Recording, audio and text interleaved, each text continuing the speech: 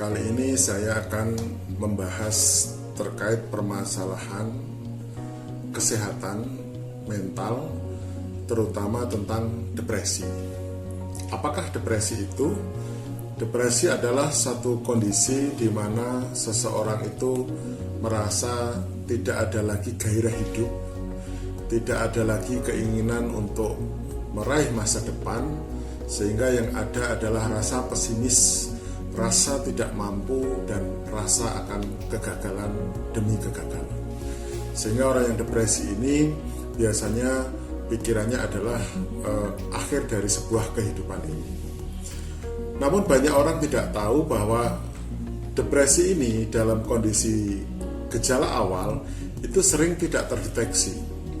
Jangan Anda bayangkan bahwa depresi itu isinya adalah orang yang kelihatan mata kosong, kemudian gak ada harapan hidup dan sebagainya.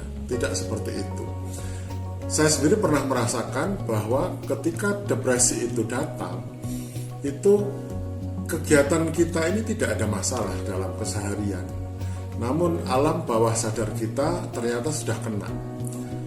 Terutama adalah ketika kita memikirkan hal-hal yang seperti tidak ada ujungnya, pada hal-hal yang seperti tidak ada lagi solusi, sehingga pikiran seperti itu akan membuat kita semakin merasa gagal, nervous, ketakutan, dan kesedihan yang tak berujung.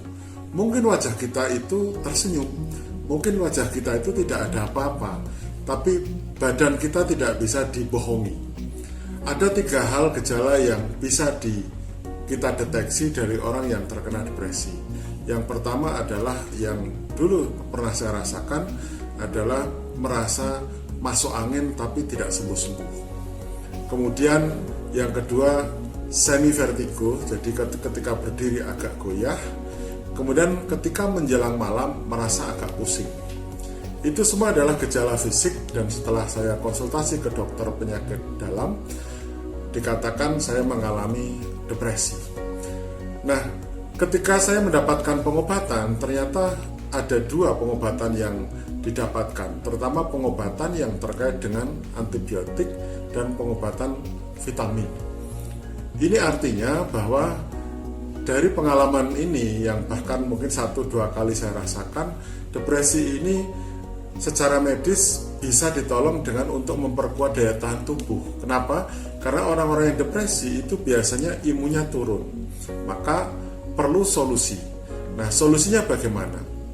Ternyata dari pengalaman selama ini untuk pengobatan depresi itu yang paling vital adalah membangkitkan semangat dari diri sendiri. Bagaimana caranya? Orang akan bangkit semangatnya ketika dia berhubungan dengan orang-orang yang sangat dekat dengan dia, atau dia berhubungan dengan orang-orang yang amat sangat dicintai. Jadi ketika saya berhadapan dengan orang yang sakit depresi, biasanya akan saya bangkitkan dengan kisah atau cerita terkait dengan orang-orang dekatnya. Bila perlu kita nyari informasi dulu kepada keluarganya, siapakah yang paling disayangi oleh beliaunya, siapakah yang paling dicintai oleh beliaunya. Misalnya dalam keluarga, sosok mana yang paling dekat dengan dirinya. Nah, dari situlah cerita itu bisa dimulai. Mungkin dalam dialog ini bisa kita lakukan kira-kira kalimatnya seperti ini.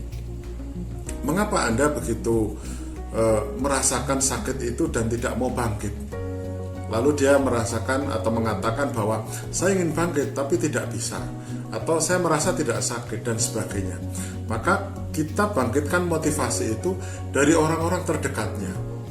Misalnya, apakah Anda mau dalam kondisi seperti ini, lemah seperti ini, Anda tidak bisa apa-apa sementara anakmu menunggu, sementara anakmu masih kecil, dia masih butuh pilihan orang tua, dan dia butuh bagaimana orang tuanya itu mengantarkan dia dari sekolah, kuliah, sampai dia bekerja, bahkan berkeluarga.